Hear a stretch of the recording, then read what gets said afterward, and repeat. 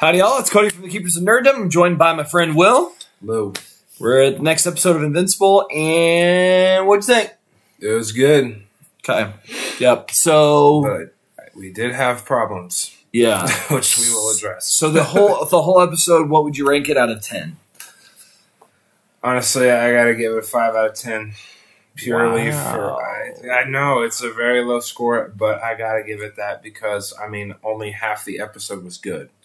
That's why I only gave it half of the ranking scale. Okay. Because I could care less about all the relationship filler, which we'll talk about a little bit. Well, I think that's actually a fair thing because, honestly, for me, the first third of the episode was really interesting and Really good. There was parts mixed into the other 2/3 of the episode that were interesting, but most of the 2/3 revolved around stuff that is dumb. So dumb. So I don't know the synopsis, and there'll be spoilers, obviously, but I think your rating is pretty fair, actually. 6 feels generous. Yeah, it does. It's too generous. It does. It's got to be a 5.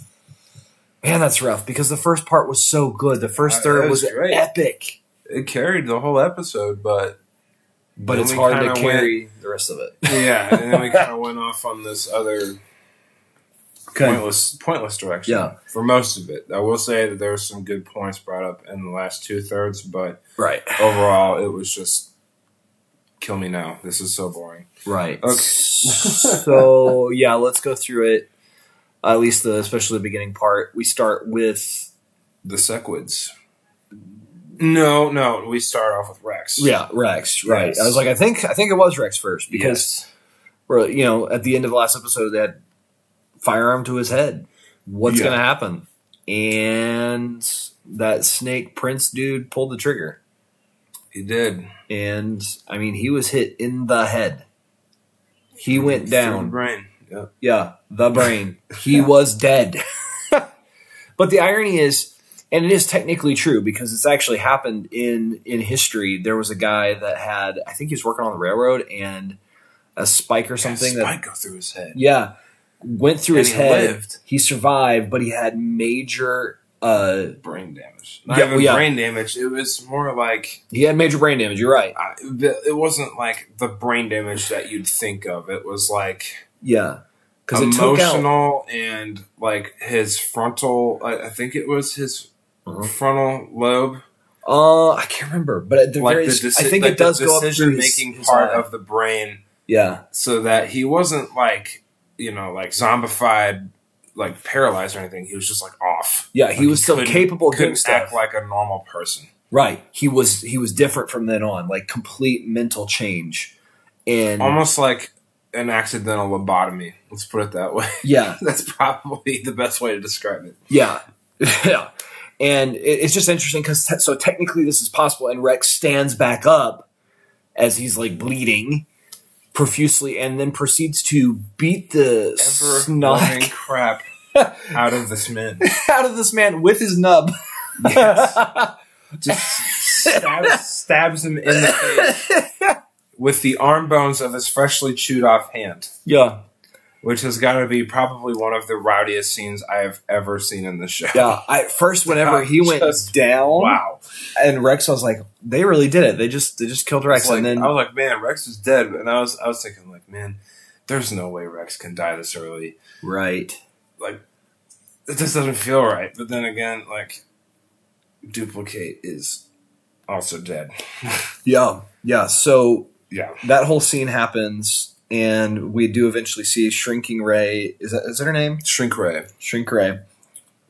She at least survived. And she's in the hospital. Rex survived somehow. He's in the hospital. And basically just summarize that, obviously Duplicate from what we've seen is gone and dead. And Immortal's really messed up from all that. Yes. They had a funeral for her. Yeah. So it's kind of like an established thing. Like, she is dead. Yeah. There hasn't been anything hinting at the possible Ground Zero clone that we theorize could potentially happen. From last. None of that has been revealed, at least yet. Yeah, so they're totally as far just as we know, hitting it. Duplicate is gone. Yeah. Like, there's no coming back yet. And at least. the scenes later on in the episode with Rex in the hospital after he's woken up, he's loopy. Yeah, you can just tell like he's not all the way there. Yeah, this has had impact, and his eye was still bloodshot, which he's been lobotomized pretty much. Yeah, he has lost a part of his brain. Yeah, a lot. Yeah, and he seems nicer. He does seem nicer, but he's still kind of that really blunt, honest Rex. Yeah. Just saying whatever comes to mind. He has no filter. But then again, his concentration is not good. Right. Like, for instance, Adam Eve comes in with a bunch of home improvement magazines because he really enjoys that, apparently. I appreciate that little detail. Yeah, like it's a funny detail that I like that they include that because honestly, that's like another thing to give the characters more humanity. I feel like, so that's a good thing. Yeah, and I mean they did date, so of course she would know that detail. Yep. And so like she was like, man, like I know, like I can't speak. Adam Eve ran into Mark in the hallway after he came and visited Rex. And Mark was like, obviously something was bothering him. He was just kind of out of it, kind of did a quick hello with Adam Eve, didn't really want to talk that much. So then Adam Eve enters Rex's room, and Rex was like, oh, did you just see Mark? He just left. And Adam Eve was like, yeah, like I ran into him, we talked for a minute. And then Rex was like, yeah, him and did he seem like he was down to you? And she's like, yeah, why? And he's like, him and like Amber are just that's literally what he said. He just didn't even use words. Like, and then he immediately jumps topics. Yeah, and then she tries to inquire further about it, but then he's just like, oh man, this magazine. Oh. Ooh. So he's just like, ooh, magazine, yay. He is messed up. So it's like Buddy's kind of between a rock and a hard place with that. Here's an interesting side note that I don't even know in doctor shows typically they do a whole lot with, but I think it's interesting just to note. And it's a horribly sad thought, but obviously he's going to have some sort of issues. And I've never seen really a show other than maybe occasionally doctor's episodes, even then they're very limited on just saying, does he have the ability to like take care of himself like toiletry wise? He seemed like he was moving both arms. Pretty coherent for the most part. But it's those things like how disabled will he be? And that's like that interesting question that I always just wonder about whenever something you see like that. Right. Like how messed up are they? He's I mean, like regardless, it will have its complications. In his defense, he also just recovered from all this. So he's probably not going to be all the way there just yet. Yeah. I'm sure that things will improve with time, but for where we are right now, he's just getting out of the woods. Right. I mean, honestly, I don't even think he's out of the woods yet. No. But we're close. We're getting there. At least he's able to hold intelligent conversation, has good motor skills. Yeah.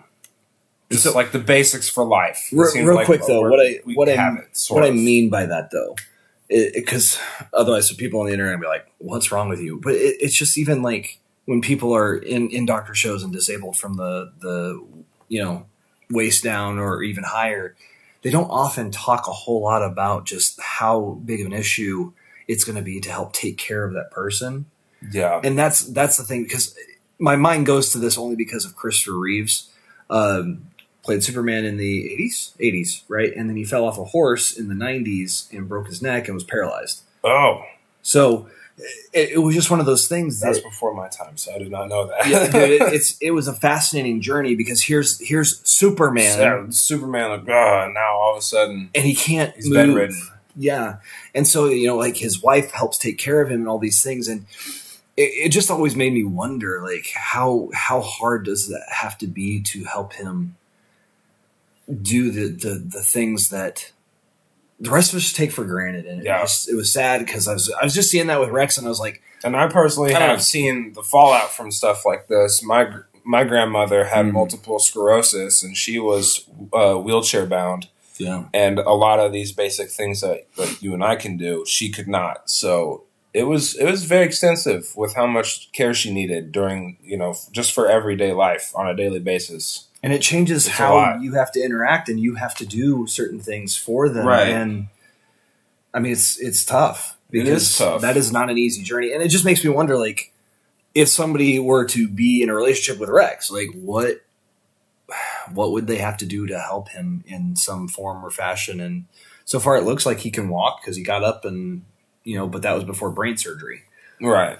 We saw him move his arms. I don't know if his legs moved around. I don't remember, but just makes you wonder how. I mean, he did kind of like sit himself up, but he did use his arms too. So I don't remember. We're just going to have to see more to understand further. Yeah. At this point, that's pretty much all they left us with. Yeah. Anyway, so all that happened. Yeah. Back to the Sequid stuff. Sequids, yes.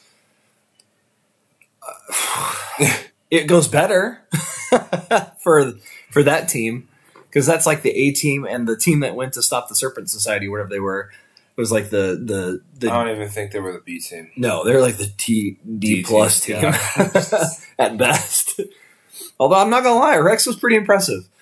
It's like when there were like the Avengers were there, and then like there were like leftovers. They called themselves like the Revengers or something like that. Vaguely, I know what you're talking about. But I don't remember exactly what it's from, but it did happen. I remember this. Yeah, I just can't remember exactly what, but it is kind of like that. Yeah, like a spin-off team. Yay! Right, we're gonna do stuff. Not very well, but we're gonna try. Right, because it's all humanity has to.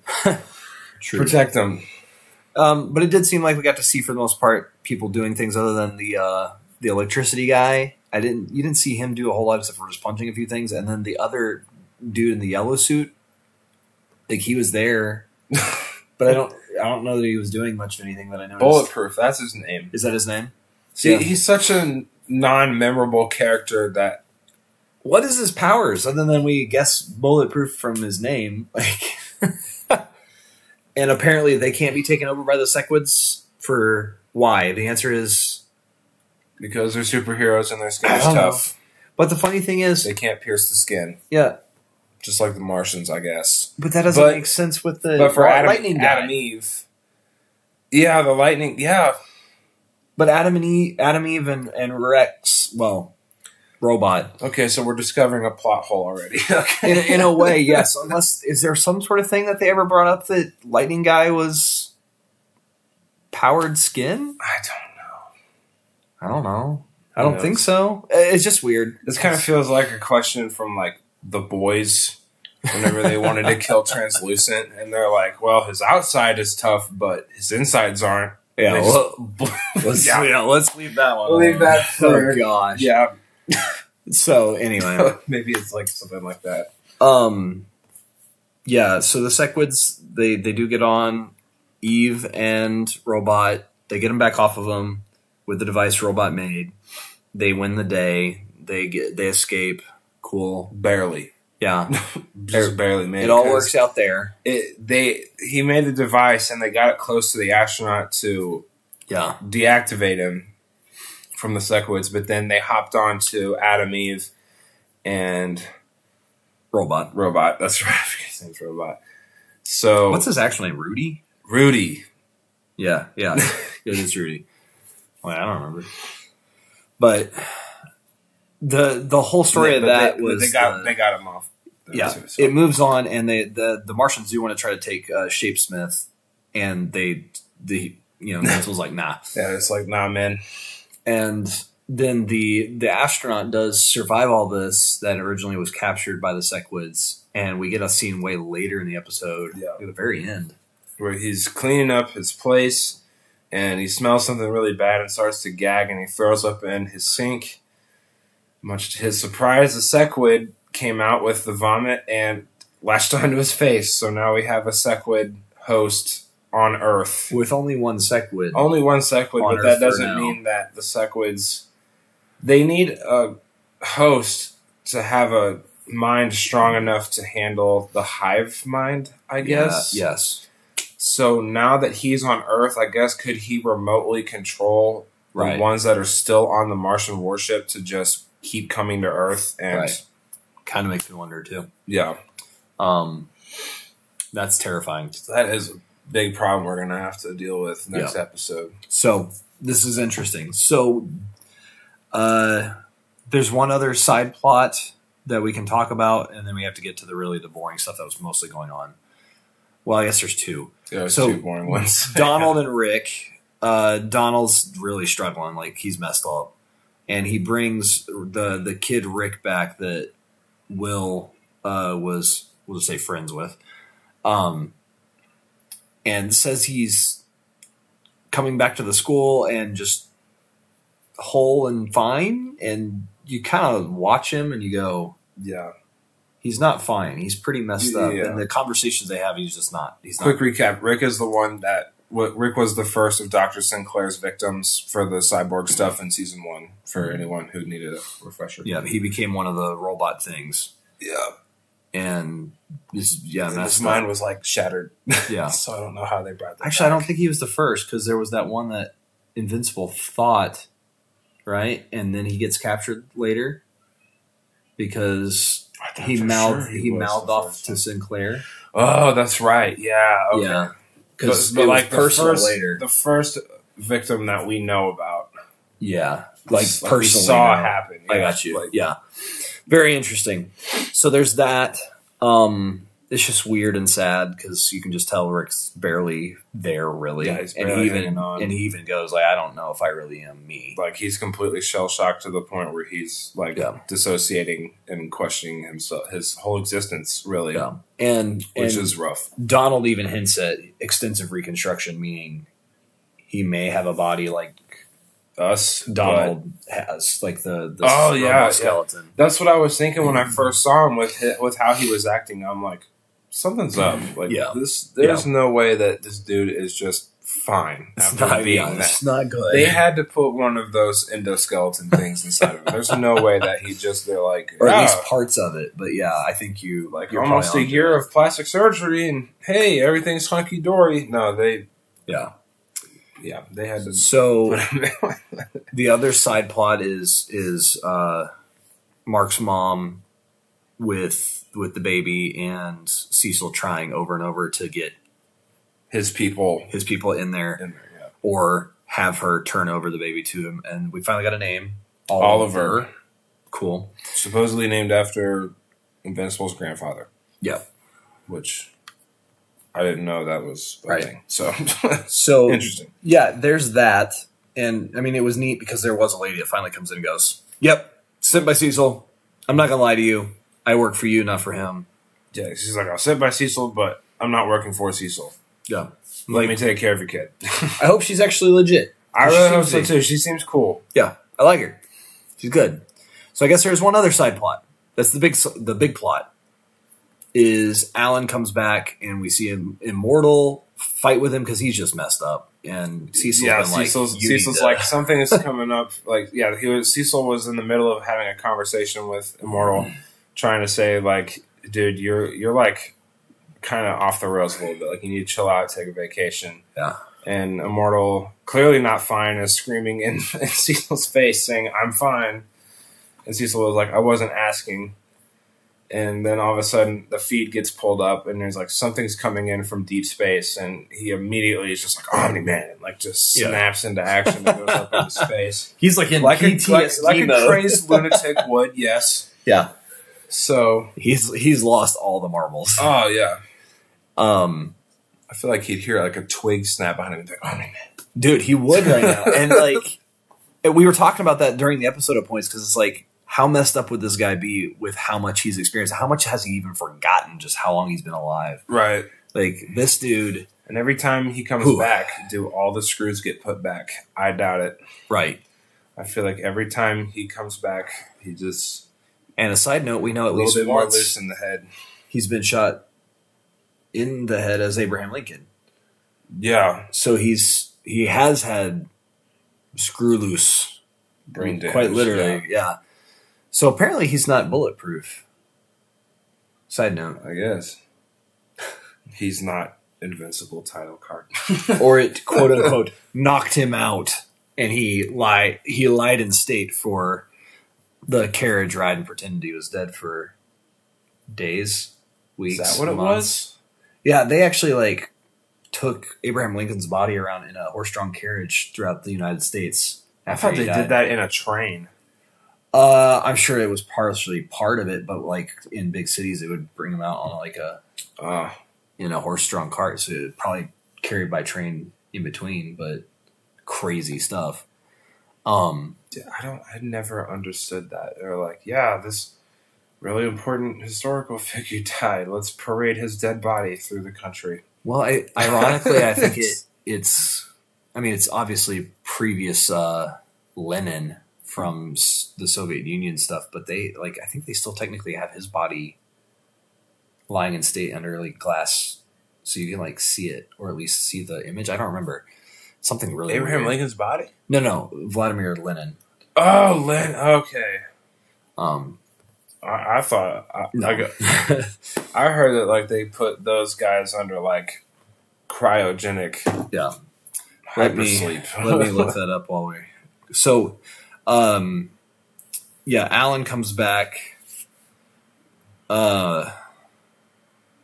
Sorry, go ahead. Keep going with Alan stuff. I'm trying to find out where his. Oh yeah, body. So Alan is like, he shows up and he, Invincible stops a fight between him and Immortal tells Immortal like, "Hey, dude, he's chill. Go back to Earth. Please take a nap. You need one." Okay. Not exactly like that, but so then. Yeah. Do you want me to keep going, or you want? I've got it right here. So real quick, Vladimir Lenin's body is preserved and has been on public display since shortly after his death in 1924, with rare exceptions in wartime. So you can like go see his corpse still now. That's crazy. Yay! Really weird. Yeah. So anyway, Russia being weird. That never happens. What? Okay. Russia's weird. Anyway, just sorry. What were you saying with Alan? Oh yeah. So Alan comes and speaks to Invincible in his apartment, and kind of gives him the lowdown on what's been happening, and is like, so it turns out the whole leader of this galactic, Federation thing that wants to take down the Viltrumite Empire, the dude's actually a Viltrumite and rebelled many years before your dad did. Yeah. And now you. So I noticed that he said, like, so now there's two of you, as if his dad didn't do it as well. Well, it's hard because that's true. His dad is in prison, so it's like, and as far as I know, executed potentially. So he's like, we have at least two of you. But Invincible had been reading books that he got from sitting down with the tailor. Art. And it was his dad's sci-fi books, and they really are actually not fiction. They're real. They're stories that he put with out as twisted words. Yeah, let's put it that way, because he was like the space rider, and Alan was like, "No, this is the space racer." At least he's that's real. He is real, except for the fact that like everyone is confused on if he's real or not. So yeah, and so Mark goes, "I'm pretty sure my dad just gave us books for all the weapons or things that could actually hurt Viltrumites." And I'm like, brilliant. And then Alan like scans them instantly with a device, which was really cool when they're closed. Yeah. And it's funny that such a simple little thing's like, ooh. Right, it's like technology. Wow. This is cool. If only we could get our copying machines to do that. Oh, dude, don't even get me started. But yeah, so that's a side piece of story there. Obviously the end credit scene is the alien. Well, he's not even an alien. He's just a human guy that tried to put all of his minds together from different universes and now looks like an alien. And he shows back up, but he doesn't do anything. And we just see him travel through some places and you're like, okay. Yeah. And then he shows up on his original universe and is like, it's good to be home. But it doesn't look destroyed and messed up like he left it. I don't know. Because that's where he was from, right? The thing is, there's been so much going on since we saw this dude. I completely forgot like his introduction and plot points. Like, yeah, because we haven't seen him. Right, the first two episodes just been completely on the back burner.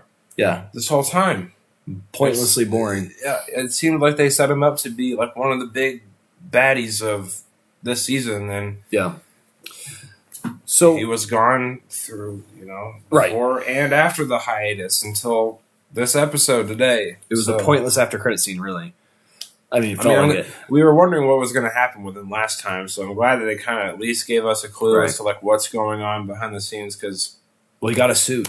Yeah, he did get a suit from a four-armed tailor in another universe. Yeah. It's like, cool. Okay. Nailed it. Cool. So, he's like, I have to go visit a friend. yeah. If this was the episode. What friend? Who knows? If this was all the episode and what we just described, this would be a really good episode. This would be an awesome episode. This would probably be like a 7.5, 8 out of 10 episode. Yeah, but we've skipped basically the last 2/3 of the episode that's really happening around some of these smaller scenes. Right. And it's relationship issues between Mark and Amber. Yay! Our beloved.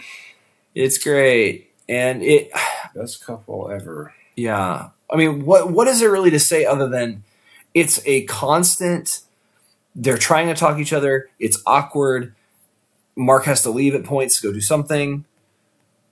She can't handle it. So, much. Yeah. And or at least she's just tired of handling it and having to lie to everyone around her. And Mark is too. He's getting frustrated because he can't be around with her. Right. So he goes to talk with Art. She goes to talk with Eve. And both sides are like, why aren't you there with... You need to go figure this out, dude. Like, I can't do this for you. Yeah. It was like the nicest way Yeah. possible. They said it. I mean, obviously they didn't say it that way. But the bottom line is, like, dude, please go get your eggs in a basket. Like, you got to get this in order. For real. I can't help you. I mean, I'm not your relationship therapist. Gosh. Go do it. And she said something at one point when they're at the coffee shop, I believe. No, it was what she was talking with Eve. That she said something that was opposite of everything she did in the first season. I can't remember exactly what she said, but it was messed up. Like, she said... Or maybe it was Mark, too, was saying that she's always doing the right thing and always being good. And it's like... She totally was a jerk to you in the first season. What is happening? I mean, I get it, like, first relationship, all this for Mark, but... Pretty much they're just continuing the gaslighting from season 1. It's just like, hey, she's a good person now. Everything's fine. Nothing bad happened. When I really just think they're trying to cover their tracks for their completely horrendous character writing for Amber. Yeah. Everybody else. I get that, like, she's supposed to be this kind of, like, skeptical girlfriend archetype, but, like, they just put the throttle to the max on it for no reason. Right. And it made her so insufferable as a character that now this is what the fandom is left with, is nothing but resentment. We don't care. And then they just try to pull a 180, which made all of their efforts completely worse. Yeah. And now we're spending almost an entire episode going over relationship drama, which, yes, I get we have to go through. But literally, no one wants to see this. We were praying so hard. Nobody cares. The date at the coffee shop's happening. Like, please, just, we were talking right then, like, it's right the breakup. It's the breakup. It's got to be the breakup. And then it wasn't. It wasn't. I mean, there was kind of like an awkward tease at it, because, like, this feels like a first date. And Mark is like, yeah, really bad first date. It's like, yep, there you go. Call it off. It's done. It's like, yeah, this feels bad because it's wrong. Just make it stop. Just call it now. But we gotta keep dragging this out for probably another episode. I'm afraid it may continue to the end of the season. I really hope not. I can't do much more with that. It's very clear that Mark and Eve have something for each other. At least from my perspective, because they keep having these little run-ins with each other. They have since the first season. Yeah, I know, and they've had some kind of chemistry. And Eve was like directly, like not even Eve, it was Amber, like directly referencing that, like, he needs like a superhero girlfriend because he's not having the best of luck dating a normal civilian. Yeah. He needs somebody that can understand what's going on and is fine with it and is in the loop with everything he does as an Earth-protecting hero. Yep. And that Amber just needs a regular guy who's not having to, dip off into space every 2 weeks, apparently. Because that's what they like to use Invincible for a lot. Right. A lot of space stuff recently. Right. And half the time, it's not even like Earth sending him out into space. It's space sending him out into space. Like the Thraxans coming to find him, and then Alan coming to find him again. But he's like, actually, instead of taking me, take this information with you. And when the fight actually happens, I'll be there. Yep. And Alan was like, okay, cool, deuces. And was out. Yep. So. Oh, completely random side note. Forgot. Totally pointless, but funny. Apparently, Debbie has to chew up the food for Oliver because he doesn't have the enzymes to break it down. Yeah, which the Thraxons don't have enzymes. Baby food do that anyway, though. Like that would be what you need. Put it in a blender. Yeah, but maybe it's the enzymes. But she tried to feed him spit. baby food. I guess he just totally rejected it. So it's the enzymes from her spit. I guess that's what they're talking about. Sorry, that was so funny. Like just a little note. Like, wait, what? Who was it? Even it was Amber that said it. Your mom chews his food. Yeah, like that was the first time. I'm like, yeah, okay. Amber said something funny. But every time she shows up, she's so terrible. She's just such a dry character. They changed her to make her nicer, but you can't do that because that's not the same character, especially with there's not been any time really gap other than a few months, and there was no real reason for it, and it's not the same character, and she's awful, and she's still just go away. Please go away. They traded out the authenticity for character development. Yeah. And it was not the right move. It lost everything. Yeah. I agree, man. Like your rating, I don't know if I'd go that low in a way, but yet I agree. It really, because of those. I'll give it 5.5, just so it's not sitting right in the middle. You're good, man. 6 feels generous. I get it. It's just too generous. So 5.5 it is because like the little bit, like tidbits of information that we get, and furthering the story more gives it a little bit of a boost. But overall, if we could just cut down the whole Amber and Mark bit to like only be a third of the episode, and the actual like important storylines and arcs and subplots, to be 2/3. Yep, perfect. But I guess we got to eventually bite the bullet on this clearly failing relationship and get it over with. Yeah. So, if we were rather just do it sooner than later. Yeah, if this episode was as focused as it was at the beginning with the combats and the story, then that was woven in between all the Amber and Mark stuff. Yes, this was a fire episode. They had a winning formula in season 1 where we were dealing with Amber and Mark during like the aftermath of stuff, but the main focus was what Mark is doing as a hero, which is what the show needs to be about. That's why it was so good. Right. It was itty bitty. And now it took up, it felt like at least 2/3 of that episode, and it hurt. It was a lot. It hurt. And we also could be exaggerating that a little bit because of our clearly negative bias towards her and that relationship. But at the same time, it did feel really dragged out anyway, or drug out. Yeah. Wasn't needed. Well, there was when he gets back and talks with her, right, at some level. There's the coffee shop scene, and that takes a little while. There's the conversation between Mark and Art and even Amber, and that's back to like they're having a conversation with each other, but not actually. And then there's the party scene where Amber's there, but touch upon that. The party she was at. There's nothing. It's nothing. She was at this random party. She's about to text Mark that I miss you, and then she thinks it over and deletes the messages and closes her phone. Yep. So it's that classic trope. And Alan's like, you need to come with me to the Galactic Federation or whatever it's called. Like, yeah, you got to come with me. And Mark is like, no, I literally just got home from space, homie. We're not doing that. Here's some books. But no, he specifically also says why he's not going is because him and Amber are on the rocks. Like, they're in a weird place, is what he described it.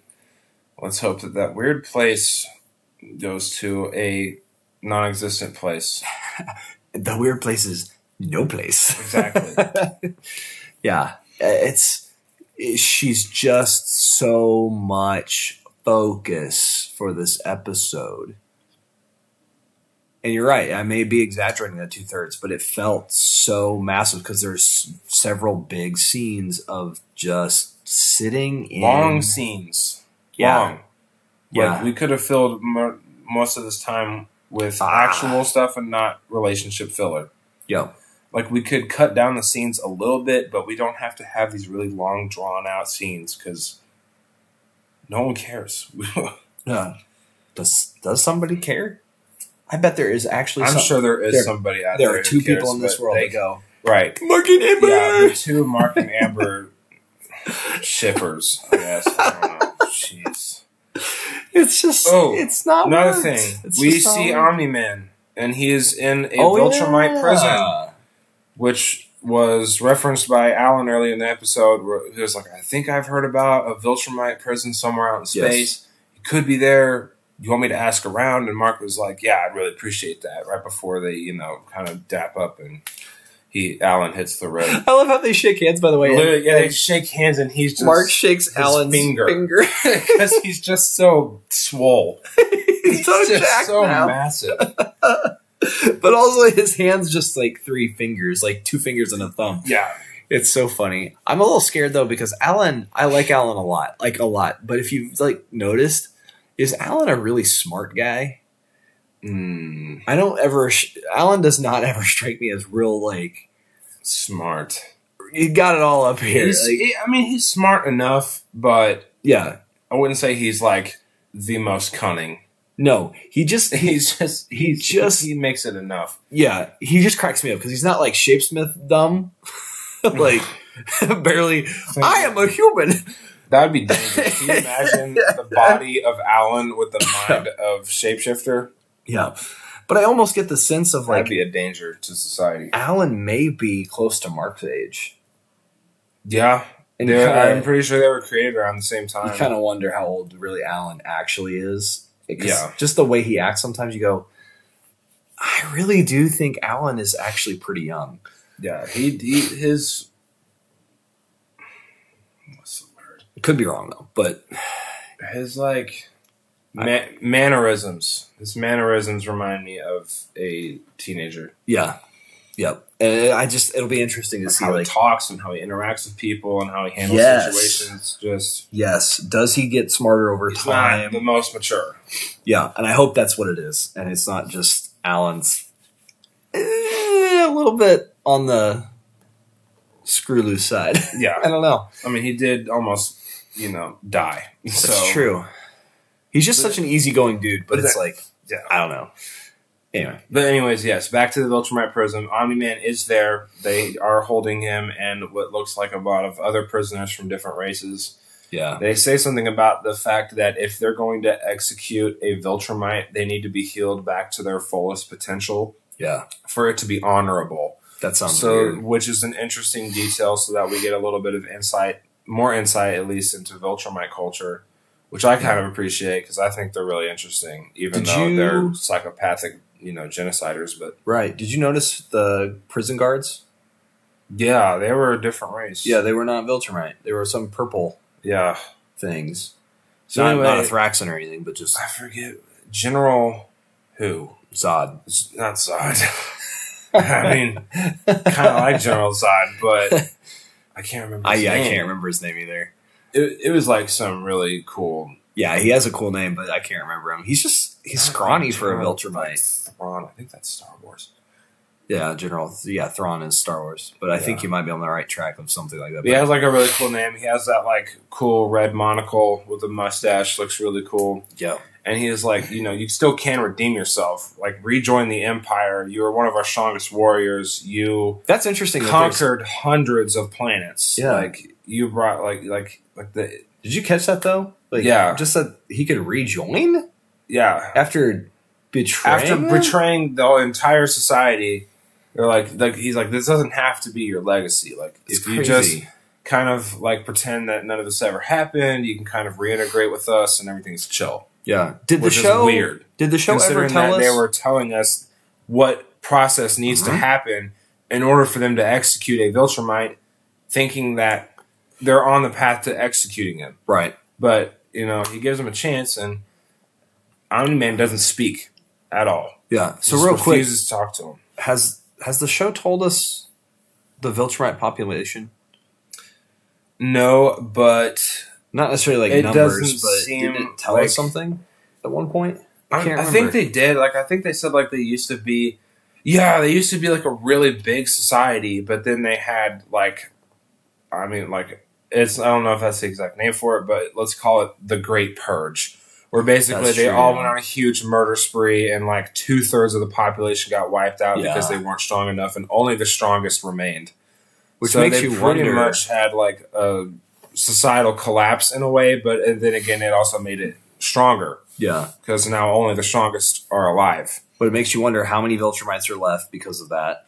How many have been born since? You're right. And just because it's not like they just stopped procreating right there at the purge. Right.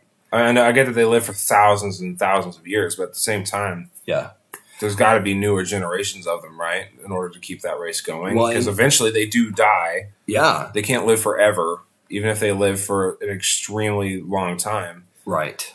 They do eventually have to perish. That makes you wonder, though, like, why is he even offering that hope of rejoining the Empire? Is it because of population issues? Could be. So we still haven't gotten that full, like, peek behind the curtain of what's going on. Omni-Man, he's, like, pretty much the strongest thing in this universe that we know of so far.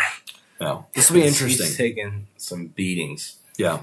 And he looked healthy in the prison. prison. He looked healthy. I mean, he punched the floor and left a dent, which is kind of strange because you'd think that on a Viltrumite prison, they'd want to make it Viltrumite proof, but it doesn't seem like it's all the way that way. Yeah.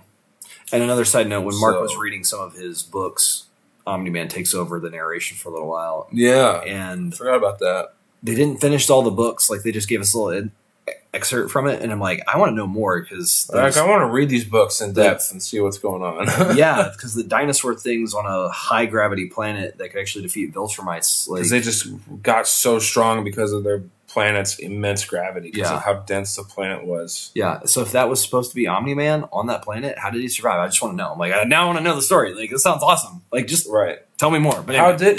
They didn't even close. No, they didn't even finish up on that story. How did he make it out? Yeah, so maybe they'll follow up with Alan as he scanned the whole books, and they'll go through it. I hope so. Reveal more, hopefully. Yeah, we talked quite a bit here, but it's a big thing. I think. Are we good? Is there anything else we need to cover? I think that's pretty much everything. We already, we covered the Sequid. Because we did kind of hit it out of order because it's just like it was out of order. Here's the story parts that fit together. That's pretty much everything. So, the rest you will see for yourself. Because clearly this is not going to be the most in depth of No, it started recaps, good. But it started good. It had some good stuff that would show up. Really strong start. And, at this point, will Donald become a supervillain? Because I'm kind of wondering if he's kind of losing it to. a little bit. Anyway. Going off the rails just a tad bit. Yeah. He's like, well, with extensive, reconstruction, the memories can resurface as he violently clenches and shakes his fist behind him, and they're like, "You chill, Donald." Yeah, and Mark doesn't even answer. He doesn't even answer. He's just like, just let me know what happens with this kid. I'll be back to check on him." Yeah. So Donald is seeming like he's about to. I know it's going to happen. Get some pretty bad BPD going or something. I know exactly what's going to happen. I'm going to call it for next episode, or at least in the future. Rick's going to lose it. And Donald's going to take him out, and then he's going to lose it. Over time. Because honestly, it feels like at this point, Donald's going to lose it first, and then Rick will follow suit. And that could be, it's just, Rick was more messed up in a way than Donald as far as what we know damage-wise to the brain. That's true. But Donald is now self-aware of his... That's true. Of his existence. That he is not a human. Right. Like he was. It's one of those things. It's like how much, but he's like a hybrid now. True. And Rick doesn't even know what he is. So, but he knows something's missing because he said knows that something's missing. But because he also know what it is. Because we also knew that he was lobotomized for parts of his brain by the Sinclair guy. Yes. And so he doesn't know all of it, but he said he has flashes of it. Yeah. But they feel like nightmares from somebody else's life. Yeah, they feel like they're being seen through someone else's eyes. There you go. And so it's like he does actually have some awareness. But he also feels... It's weird. Some disassociation with it. Right. To a degree, at least. Right. At least he recognizes that those are his memories. And yeah. He's not like, I can't remember any of this. Yeah. These aren't my memories at all. Whose memories am I seeing? And okay. So you're saying... So I guess it could be worse. So you're predicting Donald is going to break crap first. Donald's going to snap first, and then Rick... Okay. And then he'll probably reveal the truth to Rick and be like, turns out we're actually meat puppets with endoskeletons inside of us, and so let's just go completely bonkers and kill everyone. And Rick's gonna be like, "Yeah." Okay, so I'll call Which the is opposite. an extremely boiled down version of it. Right. Well, it might. It's gonna happen. I really do. I think Because Rick's gonna. Donald's getting really close to going completely off the rails here. I think Rick's gonna go crazy first, only because Donald's had training. True, and that's gonna keep him. But I could see that it could happen that way. But I'm gonna call it the way that Rick's gonna go crazy first. The crazy's starting to seep through the cracks, though. I know, Donald. I know, sure. Well, it is. So we'll see. I think either way, that training's only going to go so far. It's all gonna just crash and burn. Yeah. And I'm afraid we're gonna have a full-on Hindenburg situation. The real question is too: do you think Will's gonna die from all this? I hope not. He's really innocent when it comes to a lot of things, but then again, Rick he's might getting pretty involved with this robot dude. That's unbeknowingly a robot. It's gonna get bad. It's gonna get bad. So things are getting strange. Anyway, crazy episode. Had some really rough stuff, but had some also really interesting stuff. Thank you so much for hanging out with us. Like, share, and subscribe. Thank you again, and thank you, Will. This was quite the discussion on a fingers crossed next episode isn't so bullcrap. That the breakup finally happens. Please. Please. Bye, y'all.